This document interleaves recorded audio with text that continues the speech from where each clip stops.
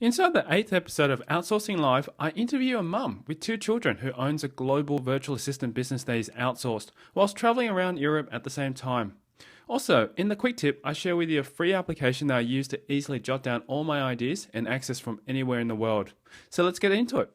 Welcome to the Outsourcing Live podcast, where you will learn to build a virtual team to run your business. And now, your host, Tyrone Shum. Hi everyone, it's Tyrone Shum from Outsourcing Live, and thank you very much today for joining in another podcast. I've got a special guest here who's been doing a bit of traveling, or has been traveling since 23, she's informed me, and it's very exciting to actually have her here on today. And the reason why I wanted to get her on is because she runs a virtual assistant service, and it's really right up our alley in terms of outsourcing and stuff like that. And I wanted to get her onto a call because it's really interesting to be able to share from her perspective what a virtual assistant does, so that way you can understand if you are deciding to hire a virtual assistant, what to look for and also what things that they can do for you. So without further ado, I'd love to introduce you to Michelle Dow. So welcome to the call, Michelle. Hi Tyrone, thank you very much. Thank you for having me. You're welcome. Michelle, just share your story about a little bit more about yourself and what your company does so people can get an idea of what your background is. Yeah, sure. Well, my company is called Virtual Miss Friday, and that's a very unique name.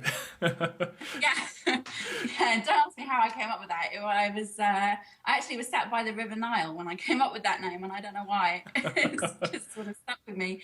But yeah, I started this company basically to offer virtual assistant services because I was quite young at the time, and I wanted to do a bit of traveling, and I wanted to kind of leave the UK and find myself really, but I needed some way of being able to fund my travels really. Mm-hmm. And basically I started off in a third world country, and it's been amazing. I started off just offering kind of very basic VA services, what I was able to do at the time. And as it progressed, I worked really hard. I sat there teaching myself all sorts of things like Dreamweaver and Photoshop. And, you know, I used to hang out a lot on the VA forums and really look into online business. And, you know, one of my kind of the people I follow is Yaris Starrick, and I was reading all his stuff about, you know, doing business online. And I was thinking to myself, well, there's so much potential in this VA industry.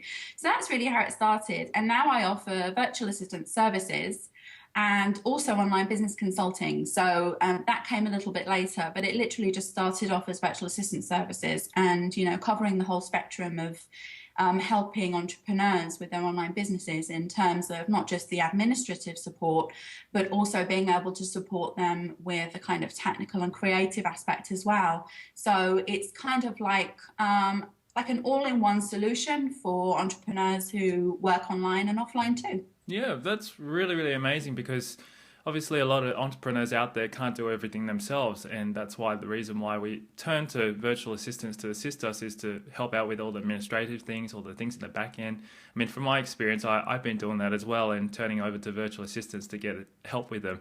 So that's the reason why it's really important to be able to really understand how they work, and it's really good to be able for you to share that side of things. What I'm curious about is when you first started, as you mentioned, you just took that up and you're doing a bit of traveling as well at the same time. What were some of the tasks that you did, and how did you go about finding these clients to get these tasks from as well? Even when I first started out? Okay. Basically, it's kind of interesting, really. I absolutely knew nothing about being a virtual assistant when I started out my company. So, I mean, when you know nothing about anything, it's kind of like you just try a whole bunch of things and, you know, you see what works and what doesn't. So that's basically what I did. I started off by, you know, setting up my website. You know, I learned Dreamweaver and I set my website up. And then I was like, what do I do now? So I contacted a bunch of people that I used to work with, different employers, that type of thing. I was kind of putting my feelers out, seeing if anybody was interested there. And it was kind of very new to people. I mean, this was back when I was kind of 24 years old, and I'm 30 now. So it was like back in 2005, and people were like, how am I supposed to work with you when you're kind of in Egypt and I'm here. Yes. So it was a very, very difficult thing to kind of contact the people that I've worked with previously and say, well, I can do this online, and they weren't very receptive to it at that time. Now it's different, things have changed, but I started off really just by putting myself out in as many places as I possibly could, directories, VA directories, Yell.com, Yes. anything that I could find. I literally posted my website address and, tried to get myself out there. And, I went on the virtual assistant forums and I was looking at what other people were doing. But the problem I found was that nobody in the VA industry, certainly, the people in the kind of where they were charging more, not the offshore VA industry, because that came a little bit later, I think. But, no one's really doing a huge amount of business. And I always knew when I started my company that I was thinking to myself, well, this is going to fund my travels. I need to do a decent amount of business. So yes. I basically started then merging my VA business and the marketing that I did with my VA business and getting clients kind of with online marketing and the things that like Sarek was teaching and stuff like that. So I took an approach where I had my VA company and I was doing like the internet marketing kind of things, trying to build a list. I did a lot of direct interaction with people. It took a lot of time, but it was really just human interaction and getting to know people and just seeing what was out there, really. So the reason why I asked you about that, Michelle, was because I wanted to find out from a perspective of, say, a client's perspective. People know that there's thousands and thousands of virtual assistants out there all across the world, and it's quite a global business now. Back then, 10 years ago, people were probably not receptive to having virtual assistants working from out of their office, or assistants even out of their office. But now they're literally everywhere. People can hire them and so forth. But in terms of actually offering the services, there are so many different areas of virtual assistant services. Where do they know who to look for, and also what tasks to give you to you? Where does that start? Yeah, it's a really good question. And, to be honest with you, it's like you said there, you said it's a global market, and it really turned into a global market. So now you have all types of different clients, the same way that you have all types of different VAs, and there are VAs with varying degrees of skills and abilities or an experience. And it's the same with clients. You get some clients who don't have a clue about how to work with a virtual assistant, and some who are kind of fully aware of what they need to do, and et cetera, et cetera. So you kind of have to go by the individual and go by the individual client. But what I try to do in my own business is I try to always educate my client on how they can deal with us. Because the thing about having a VA company, and I have a multi-VA company, so it started off as just me, and over the period of time that I've had my company, it's grown. I have hired other people to help me in my company. I now have department managers and small teams that they, work with. So because of this, and because of the way my business model is and the way my company is set up, I try to always educate my clients on how they can work with me. And I do provide a lot of support. If I particularly want to work with a client, I do provide a lot of support for them in helping them learn how to work with me. And, it's kind of like a little bit like having to coach the client a little bit on how they can work online. But, any good VA will do that with their clients. You can't expect a client to call you up and say, I'm an entrepreneur and I want to take my business online. I've never worked with a VA. Yeah. Can you help me? You can't just go, no, I can't. No, of course not. You need to find out, assess their situations. Like what are some of the tasks that clients give you, like on a day-to-day basis, for example?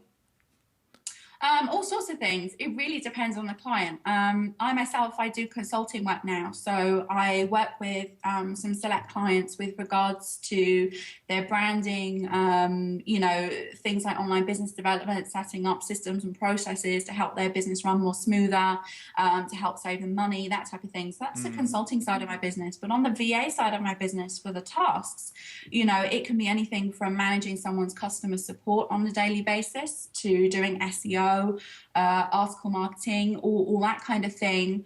And, you know, then graphic design, logo design, website development, you know, blog updates. I mean, there's a whole host, an array of tasks that virtual assistants can do and that we can do as a company that really, you know, we say to clients, just give us a try. If you want to try it online and you want to see if it's possible, then just ask, you know, because there's no limits really to what a VA is able to offer with all the different technology and software and systems that are around at the moment.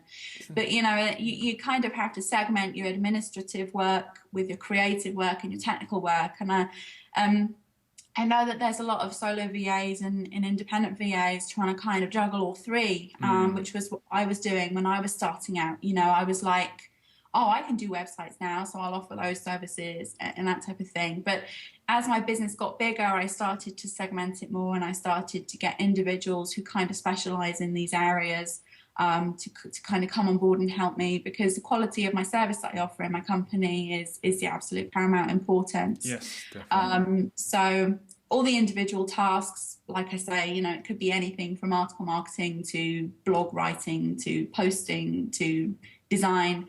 They're all done by people who kind of, you know what they're doing. They're all done by virtual assistants. So it's nice actually for me, because I started out as a VA and I started out as being on the kind of receiving end.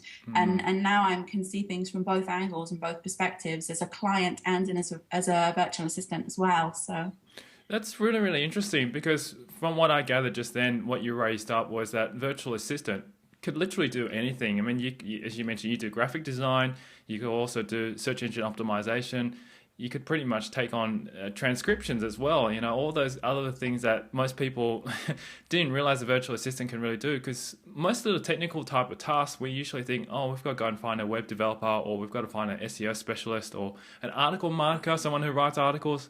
But in actual fact, it's very, very possible that you could just find a virtual assistant who really handles all these tasks. And it's really good that you could share that from that point of view, because you're a virtual assistant as well, or you have your own company there. What I'm curious about, and I know a lot of people probably ask this question as well, is the differences between, say, hiring a virtual assistant like yourself with a company, or hiring individual virtual assistants who just basically solo independent virtual assistants. What do you think are the different disadvantages and advantages of doing that? Well, I think there's really a primary advantage from kind of hiring a company, and that's really is that you're never kind of going to be left in the lurch. I mean, with regards to my clients, so for example, if we're doing an ongoing retainer for managing somebody's customer support, we never have to go to the client and say, okay, well, you know, we're taking a week's holiday, so we won't be able to do your customer support that week. You're going to need to find an alternative. With regards to hiring a company, you have many more resources available to you. And generally, it's my job now as the manager of the company. I've kind of taken a step back from the VA work itself. And it's my job to make sure that, you know, I'm managing all the work, that everything has cover all the time. You know, and the client has a kind of seamless experience when working with us. But, you know, at the same time, I do have a lot of clients and I do deal with a lot of people, and I do have personal interaction with a lot of them. But it's not as much as if I only had one or two clients and I was dealing with someone one-on-one on a daily basis. So the thing that you will get from, you know, hiring individual VAs who kind of work solo, work on their own, is that you will have that more personal sort of one-on-one interaction with them on a daily basis. So it's really about choosing what's right for your business and how you want to work with the VA. There's a lot of people who come to me because I have a team and because I have a group of people who help me. There's some sort of comfort in that for them. Yep. To know that it's like, you know, one place where they can go, oh, quick, I need help with this. You know, and that's fine. Some people want to work like that, but other people would rather have a more intimate relationship with their VA and, you know, have a more exclusive kind of relationship. And that's when hiring individual VAs or solo VAs is probably a better option, or, you know, several of them, depending on what skill set you need. Yeah. So do you take on clients that, say, for example, need full-time virtual assistants to be working for them, really committed to their business, or are you mostly taking on sort of smaller jobs or just retainers, as you're saying, like contract type of work? I do have ongoing clients on my books. Some of the clients that I've had have been on, with me since kind of day one, really. That's It good. really all depends. And I don't think to myself, oh, I only deal with full-time people or I only deal with project-based clients, that type of thing. I like the variety and I like dealing with different people and dealing with different people on different contracts. And some of my clients are pay-as-you-go ad hoc. Some of them I can do work for and then not hear from them for 6 months, and then another project will come in. Whereas others, we're in constant contact with them on a daily basis because they are on a retainer. Nobody actually comes to us and says, I need a full-time VA myself. The way the business is set up is that I don't actually kind of hire VAs and then give someone a VA. It's more controlled than that. It's kind of like me at the helm, and then I'll basically say, right, that person is a specialist in that task, so therefore we'll put you on that. I match people up with the task rather than matching VAs up with the client. So whilst people can hire us for full-time hours, like for example 30 hours a week, Yes. it won't always be that same VA doing all of the work because the client is going to need different things, unless it's kind of 30 hours of transcription, it's going to be the person. That's right. But if it's kind of 30 hours a week, but they want us to manage their social media, they want us to do their customer support, it's going to be a variety of different people all coming together and working on those different aspects. So by hiring a multi-VA company, basically you can hire one person or one company and deal with that company, and they will then manage the people with the various skill sets and how it's all going to come together and work. As opposed to trying to do it all yourself and hiring individual VAs or yourself, trying to coordinate them all, that type of thing. So in terms of rates and services, I think, people kind of pay a little bit more as well for the multi-VA companies than they would for the individuals. That's the other question I was going to ask you. Like, how much would rates vary in terms of actually hiring, say, for example, a multi-team or multi-VA company compared to an individual VA? And I guess it's something that really is the other side of the coin. Is we know that the virtual assistant can go from, say, people who are virtual assistants from, say, like a third world country, which is like India, Philippines and China and whatnot, to hiring just a virtual assistant who, like yourself, comes from also, say, the United Kingdom and so forth. Obviously, there's different rates and so forth for that. And I think a lot of people really just look at it and go, okay, which one's the cheapest, really, just to start out with? Because when you're a solo entrepreneur, those are the things that people look at. So why would somebody, or why would a client really come to, say, your service, which is also a more of a virtual assistant service for a client compared to, say, just hiring someone else individually? Well, again, this kind of boils down to the individual. And, there are clients out there who literally need people to do tasks for them. And, they just want to delegate it and then get it back and it's done. And then there are other people out there who need a little bit more of a higher level or a higher degree of, service. And with regards to being a solo VA and a multi-VA, of course, I've done both. And when working as a solo VA, I didn't need as much money, or I didn't need to charge as much money as I did when I became a multi-VA company, because obviously now as a multi-VA company, I have various things that I have for the client, like project management spaces, client areas, support areas. The level of service that I offer is kind of like to a higher degree, and I invest a lot of my money in the systems and helping everything run smoothly with the client, with hiring the subcontractors and that type of thing. So I need to charge a higher rate, and it's not just about I can charge a higher rate. It's like, well, I need to charge this because of the level of service I provide. And, it's my own company, so I have to take loads of various things into consideration. So it's kind of like, well, this is my rate. And I think, in terms of clients, a lot of people come to me and hire me off recommendations or basically just getting to know me. And I think that's what the kind of outsourcing industry is lacking at the moment. It's lacking that ability to look at individuals and look at them from a kind of human aspect as opposed to just somebody who can do a task.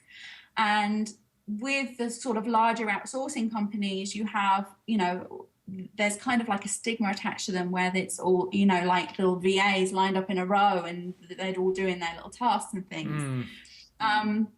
But people kind of pay a little bit more to, I don't know, have that interaction. And I think that they pay more for the person.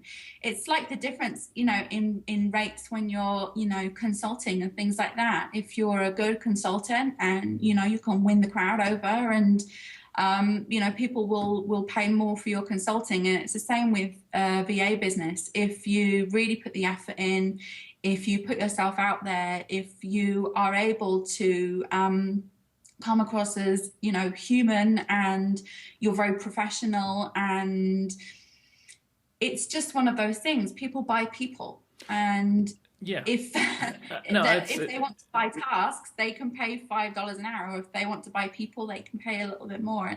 It's so true. It comes back down to also the quality of the service as well, because I guess when you do outsource to different type of people, you don't know what you're going to be getting. So if they feel that there's a connection there and it works out really well, then obviously they want to stick because you're going to provide good service, and also they know that you're reliable.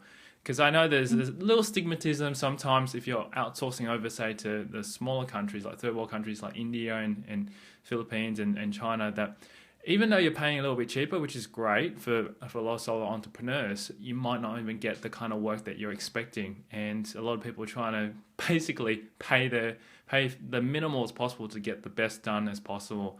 And it sometimes, unfortunately, doesn't work out that way. Yeah, that's why I just thought I'd ask you about that, because I know there's probably going to be people out there and going to say, why should we go to, say, Michelle's company to use her services when, say, for example, somewhere like Chris Ducker from virtual assistant service, virtual staff finder from the Philippines, who has a large outsourcing company, who hires and gets VAs for like $350 to $450 a month or something like that. Why would somebody go to you? That's I think the biggest question that a lot of people want to ask, and what makes it different? Yeah. Yeah, totally. And I fully support. I mean, Chris Ducker's service is fantastic. And, in the past, I've kind of gone myself, to look into offshore VAs and hire offshore VAs. And I kind of had to sort of look at places like Odesk and do millions of interviews, and then not found anybody that I really felt, was mustard. And, then Chris Ducker came out with this service, and I just thought, God, what a brilliant thing for people, because it's much needed. Yes. There's a lot, you have to really sort through the offshore VAs. And I think it's just really a lack of education in the VA industry. I mean, it's like, I'll just call myself a VA and I'll start working as a VA. But it's so much more than that, and you can definitely charge more and pay more if you're more experienced, if you have better service, if quality is really your number one priority, and also if the client is your number one priority. And that's kind of what I focus on. I focus on putting the quality of service into working with my clients, and then it's like I will go for the market that are willing to pay for that. And it's not that I don't think that the cheaper VAs are good. There's a market for everybody, and certainly for startups or anybody just coming into the industry or trying to start online, for example. We need that market of those kind of offshore VAs because of the economy that they live in. It's much cheaper to hire them, and we need that market for those people. But there is other markets out there, and not everybody is just looking for the cheapest price. They're looking for the best quality service, the least hassle, and people will pay for that. If they can do it, think of a whole bunch of tasks that they want done in various spectrums, from admin to design to creative to web development, and then they can go to one person and say, I need this done, and then it's off their plate, and then they know it's going to be done right first time. It's a huge difference compared to, right, I need all these tasks. Who am I going to find? Where can I find my VAs for this? How many VAs do I need to hire? Yeah, exactly. I mean, you pretty much hit the nail on the head, because that's really, really a very, very valid point. That's the reason why I got you on the call, because I wanted to share with people the differences behind that. A lot of people have asked me, so, why should I go and hire or get a virtual assistant that's paying, I don't know, you're paying them $25, $30 an hour comparison to somebody who you're going to be paying $5 an hour. And it's a difficult question for me to be able to answer because I have my biased opinion and there are other people with different opinions on that. And it's really good to be able to hear from your point of view because you are a virtual assistant who runs a virtual assistant company providing the services for different clients. And it's great that you can share that as well. I guess the other thing as well, just to sort of take it to that next step is, I wanted to find out what have been some of the challenges as well for you over the period of time that you've been running the virtual assistant company as a VA. What have been some of the challenges that you've faced? Oh God, all sorts of things. All sorts of things that I've learned from, and and then made changes in my business and adapted myself. But a lot of the things that a VA will face are centered around two things actually. There's two real main things. The first one is finding clients that are good for you and good for your business. The worst thing that you can do as a VA is just kind of take anybody that wants to work with you. You really have to choose your clients wisely. And that's something that took me a little while to learn. I started just kind of thinking to myself, well, I'll work with anybody, if somebody wants my services, why not?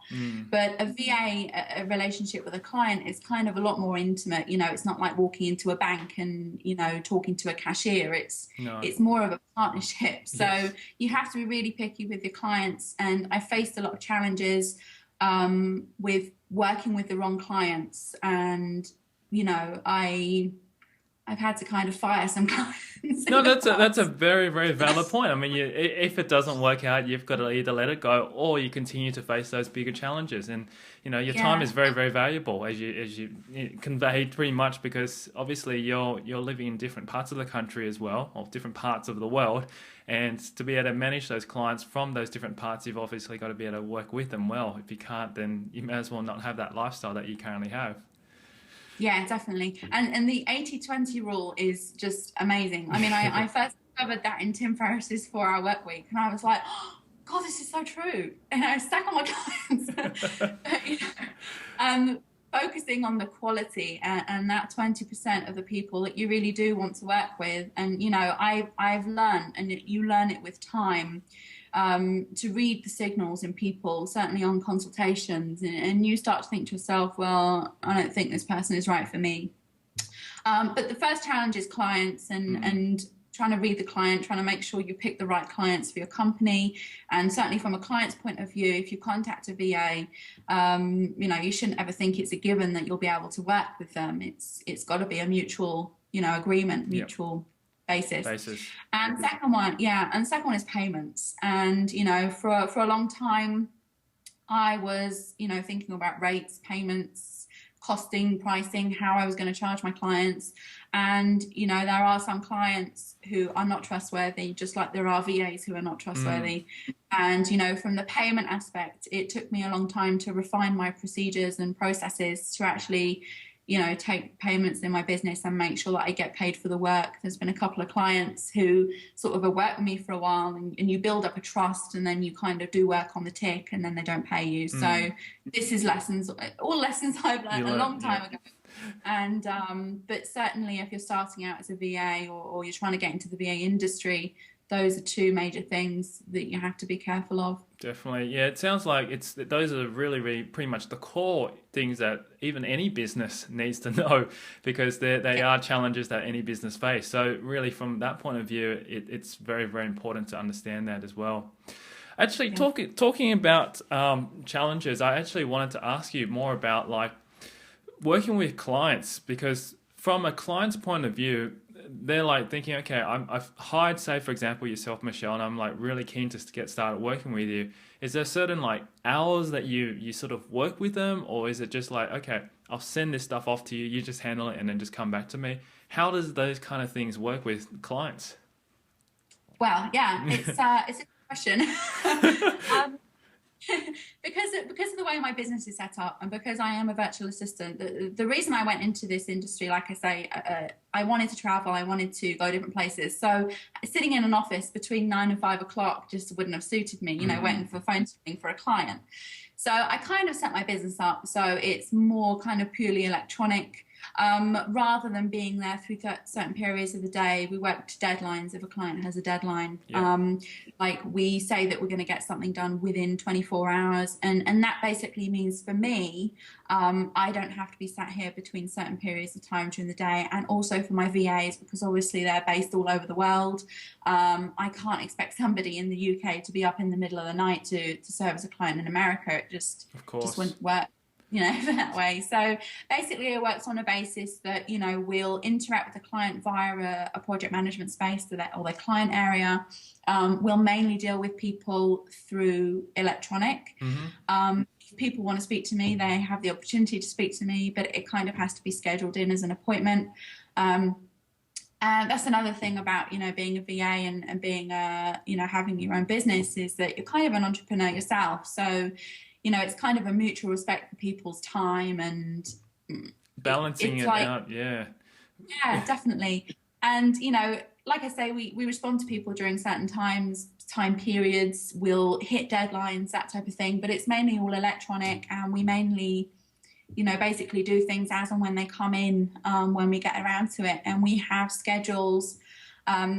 The way I work it with my business is that if, for example, we're doing admin support for a client, I'll always make sure there's at least 2 VAs working with that client, doing those same tasks. So they rotate, one VA will do one week, then the other VA will do the other week. That means I've always got holiday cover and that type of thing. And then maybe we'll bring on another VA to learn the ropes as well. Yeah, that's really good. You mentioned also systems as well, that you do have like a project management system that you deal with the clients. Mind if you share something like that so that people can sort of learn from that experience of how that works as well? Yeah, absolutely. Well, basically what happens is when I take in a client, usually they'll contact me through a support site. So that will be a central place where I kind of deal with all my bitty bits of the business, and people will contact me, arrange a consultation, or just decide that they want to go ahead and work. And then we'll set them up with a client area in something called Active Collab. ActiveCollab.com. I know Basecamp is another one that I think you use and a lot of people use. But I like Active Collab because I have quite a large amount of clients, and I like the fact that you pay for Active Collab once. Yes. And, you've got it. I used to use Active Collab for many, many years as well. I just found that for me, I just wanted to go even simplistic. So that's why I just switched over to Basecamp. It depends everybody's clients' needs. It's great for large teams because, like, for example, you as a VA have a lot of clients, so Active Collab works out really well for that. But as a team I've got, I guess Basecamp works really fast because it just works out the way we want it. So it's different for every system. But I'll let you keep going on. You're talking about Active Collab. But like I say, for volumes, if you need a lot of projects and, a lot of client areas and, you have a lot of team members and things like that, having something that you can pay for once and then just you've got it, has certainly worked out better for me. And I tried other things. I briefly tried GoPlan for a little while, and I actually started doing project management on my own as a solo VA. It was interesting because a lot of solo VAs kind of just deal with people on email, but I thought, no, I wanted to kind of step up the customer service to my client, and I thought giving them a client area would make them feel more at home. What you said was really, really important, because I think no other clients out there would see that. Most clients would probably send their email through and then that's it. Whereas if you're providing them with a client support system, they're just going to be blown away. Therefore, that's where your added value service comes in, as you're saying. So. Yeah. And I also, I use Active Collab. I have 3 main systems. I use Kayako for my support. Yep. I use Active Collab for project management, and then I use FreshBooks for billing and invoicing. And when I take a client in, I have like a welcome page with videos that I've made, like screencasts on how they can work with us, how they can use the system, that type of thing. So I used to get loads of questions from clients about, I've got this login, what do I do now? So I just kind of made these videos, like an introduction of how it works and how we get started. And God, that changed my life as soon as I did that. Yes. Less work. Just like, I love screencasts. They're brilliant. Everyone just kind of watched the videos and then, hey, we're away. Yep. It's great. That's so smart, because at the end of the day, you've set up all these systems at the beginning, because I know for a fact that a lot of people ask very much the same questions. And if you have a frequently asked questions page, or even just a welcome page, as you said, that for people to land on, then it just makes life so much easier. Then they can really just get the work done or sent to you so you can get it done, which essentially that's exactly what people want. The clients want the work to be done. They don't want to fiddle around. They just want to be delivered and have results driven back to them. Absolutely important. That's fantastic. I guess one other thing I just wanted to sort of find out from you as well, as being a virtual assistant, you've been traveling as well. How have you managed, because I'm curious about this sort of virtual lifestyle type of business that you've also created with your virtual assistants type of work. What inspired you firstly, I guess, to do that, and how do you manage it as well? Because you're currently in Spain, aren't you? Yeah, currently in Spain, and in about 5 weeks I'll be in Italy. So I'm really good with that. And I came here from France, so it's like, you know, they're all connected countries, and you know, I'm just kind of country hopping because I think I'll go to Greece from Italy. How do I do it? Yeah, it's a good question. When I was starting out this business, when I was 23, I quit my job. I had like kind of one of those weird sort of, you know, midlife crises at 23, I think, you know, where I was kind of in this job with, you know, I was in finance and mortgage advising and that type of thing. And I was just like, God, this is so boring. You know, it's more like quarter life crisis instead of midlife. Yeah, quarter life crisis, definitely. I was like, you know, 23 years old, I was commuting, you know, maybe an hour and a half in the morning, probably about an hour going home at night every day to and from the city. And, you know, I had quite a nice house. It was like, you know, over a 250 grand house, which was costing me an absolute fortune. I was working all of the hours under the sun to try and just cover my mortgage and, you know, keep up appearances, really. You know, it was just like, you know, buy a new telly and things like that. I don't know. I kind of went through this kind of like, you know, there's got to be more to life than this, yes. You know, than kind of keeping up with the Joneses and having a nice house and doing the commute and the 9 to 5. And really, this was all before, you know, this whole lifestyle design thing came out. Anyway, I went into work. I decided I was just going to quit my job and go somewhere. And I went into work and I quit my job, and everyone was like, "You nuts?" That's brave. Yeah. So I quit my job. I sold everything. I sold my house. And 3 months later, from the day I quit my job, I was in Egypt, and that's where it all started. And I was sitting there thinking to myself that, you know, I only had a real small amount of money. It's a finite amount of money that I had because I had to pay my mortgage off and everything. So I was like, well, what am I going to do? How am I going to be able to fund this? And that's when I started getting into virtual assistants. Because I was looking into things like blogging and stuff like that, and I just thought, no, this is going to be too slow for me. You know, it just looked like too much like hard work, and I'm not really a salesy type person. I'm kind of more into, you know, I was an action type person. Yeah. I was able to look at something and make it better, and, you know, in terms of admin and work and stuff like that. So that's the kind of business that I wanted, and that's the kind of business that I wanted to go into. And it amazed me at the time that so many virtual assistants were kind of at home, you know, and it was considered a home-based job, and not many digital nomads were doing it. But it's perfect for being a digital nomad. So yeah, I kind of did that. I started that really when I was 24, and I got to the point, I started in 2005. I did a lot of learning. I went through a lot of learning curves. I started off small, dealing with a few clients. Then in 2007, I became pregnant with my first child. And it was at that point I was like, okay, I have to step this up a bit more, because I can't go around living in third world countries anymore. I could have, but it wasn't really a choice that I wanted to make. Yes. So I needed to make a lot more money. I wanted to move back to Europe after I became pregnant. Obviously, I met my husband in Egypt, and he's from America. So isn't that very interesting? Everyone was all traveling at the same time. Yeah, it was kind of like an odd experience for us, because at the time when we met, we were both in Luxor, and Luxor is like the most unlikeliest place to meet a kind of you know, westernized person who was like in their 20s or early 30s. It's just bizarre. So yeah, anyway, I became pregnant, and then we were like, okay, we have to go back to Europe. And that was the point in 2007 where I was like, I have to step this up. And basically I decided I wanted to move back to Europe. At the time, because my husband was American, he wasn't able to work. So it was kind of like all resting on me. So that's for me when the business really started to take off, and I started to look more into expansion, into going more into a multi-VA company, seeing where I could take it really. And yeah, by the second year of doing that, we were kind of into six figures. And you know, the potential with a VA business is tremendous. Yes, is infinite. Yeah, it really absolutely. is.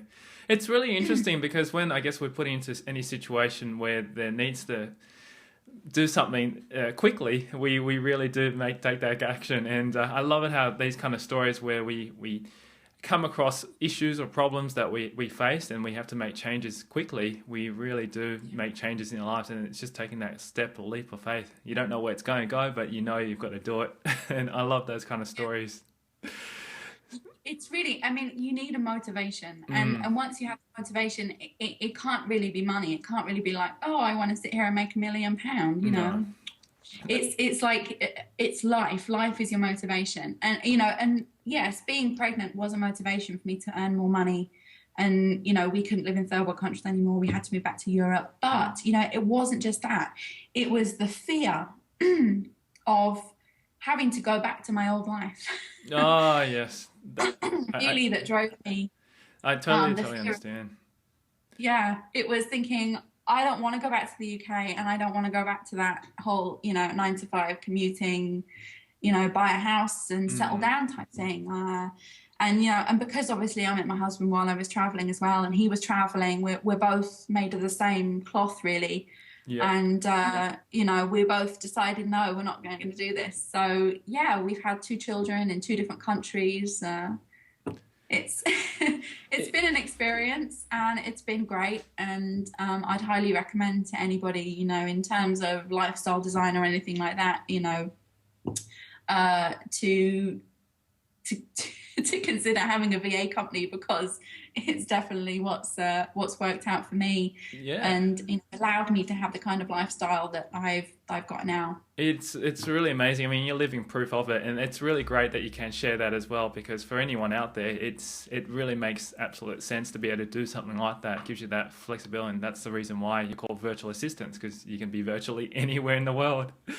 Yeah. Excellent. Well, Michelle, it's been a real pleasure to be able to have you on the call today. Normally, before I do end up on the call, I do want to just ask the people on the call one last question. The question is usually, I want to find out from your experience of being a virtual assistant, what is one actionable step that any person can take away to be able to help them either grow their business or to be able to help them with outsourcing or virtual assistants? Okay, are we talking about in terms of being a VA or being a client? Probably being a client. Okay, in terms of being a client, I would say don't skimp on what you're doing. If you seriously care about your business, if you're a serious entrepreneur and you want to get on, you want to get ahead, you must have good people around you and a good support team. So don't ever skimp and, you know, like we say, go for the absolute cheapest option because it's the cheapest option. Choose your VAs wisely, look at their skills, look at their testimonials. Make sure that you're going to be working with somebody who is going to care as much about your business as you do. Because that is what's going to make you successful. Yes, that's an absolutely crucial, very, very vital point, and that's an awesome action step point too. So appreciate that. And finally, how can people get in contact with you as well, Michelle, if they want to find out more about your services too? Yeah, absolutely. I have a blog, which is called virtualassistant-live.com. Yep. You can go there and read my posts. I post 3 times a week there. But also my VA company for services is virtualmissfriday.com. And I have a YouTube channel too, which I kind of do strange videos. I've seen a lot of them. They're very, very informative. Definitely very informative. So check it out. Yeah, I have my video blog. So I do a little video and I put it with a blog post, and that's balive.tv. Awesome. It's time for the Outsourcing Live quick tip. In today's quick tip, I want to share with you a really neat tool that allows you to just literally capture any ideas on the go, any notes, anything that you just want to be able to capture very quickly. And for me, I know I always get a time when I go, okay, I've got this really cool idea, but I don't have anywhere to be able to jot it. And wouldn't it be great if I could just pick up my iPhone or just normal phone to be able to record and just say something quickly, or just jot it down by simply typing in? Well, there's a really cool tool that allows you to do this, and the beautiful thing about this is that it's very mobile and you can also access it from anywhere around the world. And the tool, or the tip that I'm sharing with you today, is Evernote. You can get access to this free tool called Evernote, spelled evernote.com, at evernote.com. And this was one of the really highly recommended tools by Tim Ferriss from the 4-Hour Workweek, which allows you to literally capture any ideas. You can either record it by audio, you can type it by text, you can screen capture it, literally anything. And you can do it either via your mobile device, or you can capture it from your computer. And it's available for all types of computers, ranging from PCs to Macs.